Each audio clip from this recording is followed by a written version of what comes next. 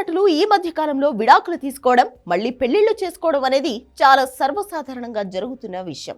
కుర్ర హీరోలు లేదు, సీనియర్ హీరోలు లేదు, అందరి పరిస్థితి ఇలానే ఉంది.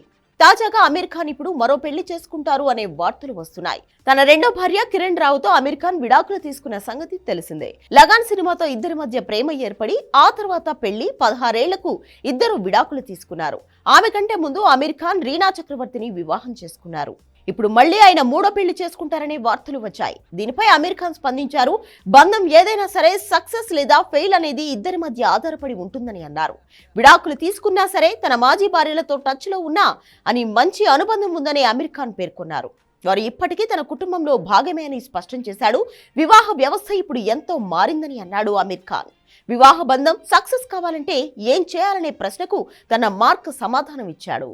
వైవాహిక బంధానికి సంబంధించి నేను 2 సార్లు ఫెయిల్ అయ్యాను అని, కాబట్టి సూచనలు ఇవ్వకపోవడం మంచిదని అన్నాడు. నాకు ఒంటరిగా బ్రతకడం ఇష్టం ఉండదు అని, నాకంటూ ఒక భాగస్వామి కావాలని కోరుకుంటా అన్నాడు. ఇక మూడో పెళ్లి గురించి అడగ్గా తన వయసు ఇప్పుడు 59 ఏళ్లని, తనపై ఎన్నో బాధ్యతలు ఉన్నాయని అన్నాడు అమీర్ ఖాన్. నాకెంతో ఇష్టమైన వారితో సంతోషంగా సమయాన్ని గడుపుతున్నా అన్నాడు. ఇప్పుడు చాలా హ్యాపీగా ఉన్నా అని చెప్పాడు ఈ స్టార్ హీరో. మరి పెళ్లి చేసుకుంటాడా లేదా అనేది మాత్రం క్లారిటీ ఇవ్వలేదు.